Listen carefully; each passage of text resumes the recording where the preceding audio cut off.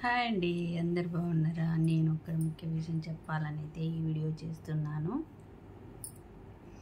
ఏ ఇంట్లో అయితే ఆడవాళ్ళను గౌరవిస్తారో ఆ ఇల్లు చాలా సంతోషంగా ఉంటుంది ఎప్పుడైనా కూడా. అందులో ఎవరిని మంచిగా చూసుకోకపోయినా కూడా ఆ ఇల్లు ప్రశాంతంగా ఉండదు.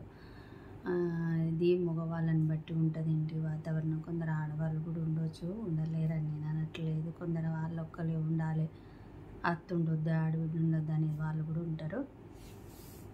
నేనైతే ముఖ్యంగా మగవాళ్ళ గురించి చెప్తున్నాను. ఆడవాళ్ళను గౌరవించిన వాళ్ళు ఎవరైనా సరే ఆ ఇల్లు ప్రశాంతంగా ఉంటుంది. తల్లిని కానీ, చెల్లెని కానీ, భార్యని కానీ ఎవరు ఏ విధంగా చూసుకోవాలో ఆ విధంగా చూసుకొని ఉన్నట్లయితే ఆ ఇల్లు ప్రశాంతంగా ఉంటుంది. అందులో ఏ ఒక్కరిని బాగా చూసుకోకపోయినా కూడా ఎప్పటికీ ఏదో ఒకటి వస్తూనే ఉంటుంది. తల్లిని చూసుకోకపోయినా, చెల్లె అంటే ఎప్పటికి ఉండదు, పెళ్ళి వెళ్ళిపోతుంది.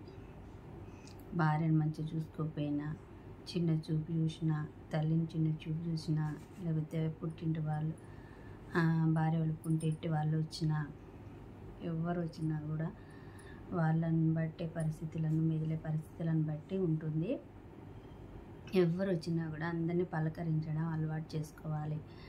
బాగున్నారా, తిన్నారా, తినండి. మీరు కూడా సరే, మీరు వాళ్ళ ఇంటికి పిలిస్తే మీకు వీలైతే వెళ్ళండి, లేకపోతే మీ భార్యనో అమ్మనో పంపండి, లేకపోతే మీకు వీలైతే వెళ్ళండి.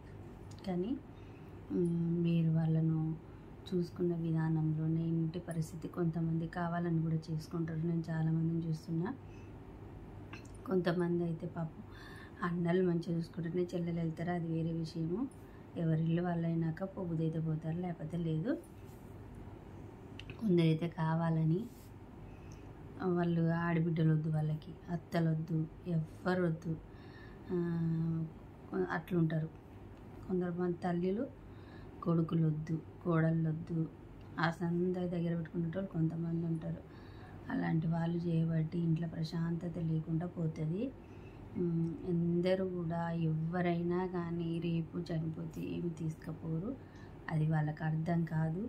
ఒక మంచితనం, మంచిగా చేస్తే మంచితనం, చెడు చేస్తే చెడు తప్ప ఏమీ రావు. వాళ్ళకి అది అర్థం కాదు. ఇప్పుడు మేము మంచిగా ఉన్నాంలే, ఎవరితో ఏం అవసరం అని బతుకుతున్నారు.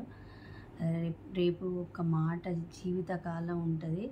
మనం ఒకరికి చెడు చేసినా కూడా అది జీవితకాలం వెంటాడుతూనే ఉంటుంది. ఆమె చనిపోయినా కూడా పలానా అత్త ఇట్లుండే, పలానా తల్లి ఇట్లుండే, పలానా కోడలు ఇట్లుండే, పలానా కూతురు ఇట్లుండే అని మనం నిందేసుకొని పోకుంటూ ఉండాలి. ఎవరైనా కానీ ఇంట్లో మగవాళ్ళ పద్ధతి ఉండేది ఉంటే ఆడవాళ్ళు గమ్మున ఉంటారు. వాళ్ళు కూడా ఎవరితోటి, భార్య అయినా, తల్లి అయినా, చెల్లి, ఎవరు ఎక్కడ ఏ విధంగా చూసుకోవాలి ఆ విధంగా చూస్తే ఏ గొడవలు రావు. ఇంట్లో మగవాళ్ళు కరెక్ట్గా ఉంటే ఏ గొడవలు రావు. ఒకవేళ భార్య ఏదో మాట్లాడపోయినా కూడా సర్ది చెప్పాలి ఆమెకి, ఇది కాదమ్మా, ఈ విధంగా ఉండాలి అని. ఇప్పుడు ఏ ఇంటి కోడలైనా ఒక ఇంటి నుండి వచ్చిన ఆమె కూడా నేను కూడా వాళ్ళలాగానే వచ్చాను కదా, ఆడబిడ్డను, ఒక ఇంటి ఆడబిడ్డనే కదా, నేను పోతే ఎట్లుంటుందో వాళ్ళని ఎందుకని వాళ్ళని ఆలోచన ఉండాలి. లేక కొంతమంది తెచ్చుకుంటున్నారు. అందుకే వీటన్నిటికి ఒకటే మార్గం, మగవాళ్ళు ఇంటిని చక్కదిద్ది కరెక్ట్గా ఉంటే ఏ ఇల్లైనా కూడా ప్రశాంతంగా ఉంటుంది. ఆడవాళ్ళని గౌరవించినట్లయితే ఏ ఇల్లైనా ప్రశాంతంగా ఉంటుంది. ఎన్ని సమస్యలు ఇచ్చినా పోతాయి.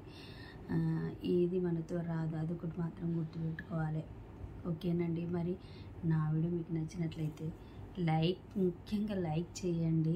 వీడియోలు చూస్తున్నారు 300 మంది, 400 మంది, 500 మంది వీడియోలు చూస్తున్నారు, కానీ ఒక్క లైక్ కొట్టండి. మరొకసారి కూడా లైక్ వీడియో మళ్ళీ పెడతాను. మీలాంటి కొంతమంది కూడా లైక్ చేసి నాకు ఆ చూసే వీడియో చేసే అవకాశం ఉంటుంది. దాన్ని అయితే మీరు ప్రోత్సహిస్తున్నారు కదా, ఇక ముందు కూడా ప్రోత్సహించండి. ఓకేనండి, నేను చెప్పింది అయితే మీకు నచ్చితే నచ్చిందనండి, నచ్చకపోతే కామెంట్ బాక్స్లో కామెంట్ చేయండి. నా ఉద్దేశం అయితే అది, ఏ ఇంట్లోనైతే మగవాళ్ళు కరెక్ట్గా ఉంటారో ఆ ఇల్లు ప్రశాంతంగా ఉంటుందని అయితే నేను అనుకుంటున్నాను. మీరు కామెంట్ బాక్స్లో నచ్చకపోతే కామెంట్ చేయండి. ఓకేనండి, మరి నా వీడియో మీకు నచ్చినట్లయితే లైక్ చేసి సబ్స్క్రైబ్ చేయండి. బాయ్ మరి.